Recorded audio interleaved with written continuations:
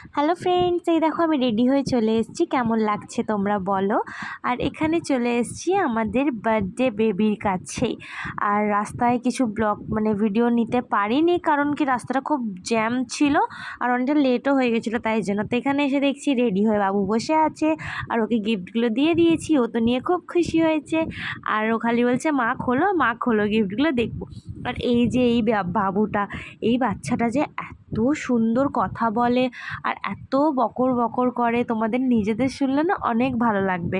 বাচ্চাটা বলছে আমি বড় হয়ে পুলিশ হব, পুলিশ হয়ে তোমাদের সবাইকে জেলে নিয়ে যাবো, আবার কোথায় যেন আলিপুর জেলে পর্যন্ত নিয়ে যাবে বড় হলে, নাকি ওর কাছে বড় গাড়ি থাকবে। অনেক অনেক কথা বলছিল, খুব ভালো লাগছিল এর সাথে কথা বলে। 3 বছরের বাচ্চা মনেই হচ্ছিল না। তারপর রাত হয়ে যাচ্ছিলো বলে এখানে দিদি কেকটা কাটিং করে নিয়েছে বেবির সাথে। তারপর এখানে আমাদের কেক কাটিং করে খেতে দিয়ে দিয়েছিল, কারণ অনেকটা রাত হয়ে যাচ্ছিল বলে। এখানে খাবারে ছিল হচ্ছে ফ্রাইড রাইস, চিকেন কষা, ডিমের ডেভিল স্যালাড আর হচ্ছে পাঁপড়, চাটনি, পায়েস সব কিছু ছিল।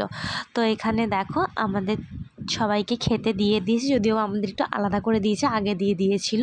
আর এখানে দেখো ডিমের ডেভিলটা ফার্স্টে আমি ভেঙে খেয়ে নিচ্ছি। ভালোই ছিল এটা খেতে, এগুলো সব বাড়িতেই বানানো ছিল। আর এই চিকেন কষা আর রাইসটাও আমি এখানে খাচ্ছি, এটাও টেস্টি ছিল খেতে। আর একটা জিনিস জানো, আমি পায়েসটা খেয়ে ফেলেছিলাম আর ভিডিও করতে ভুলেই গেছি, তাই জন্য দিদিকে বললাম তোর তো খাওয়া হয়নি, তাহলে তুই খা, তোর ভিডিওটাই আমি করি। তারপর ও তো খুব হাসছিল এই কথাটা বলার পর, আর কারণ কি ও পায়েস মিষ্টি খেতে খুব ভালোবাসে। আর এই চব্বটা দেখো। আপনি তুমি হাতে করে কেন খাচ্ছ রুহি? কারণ হচ্ছে যার বার্থডেতে আমরা এসেছি সে এত এক্সাইটমেন্ট হয়ে গেছে আমাদের দেখে যে পাঁপড় আর চাটনি দুটোই দিতে ভুলে গেছে, তাই আমাদের এখন যাওয়ার আগে না খাইয়ে ছাড়ছে না।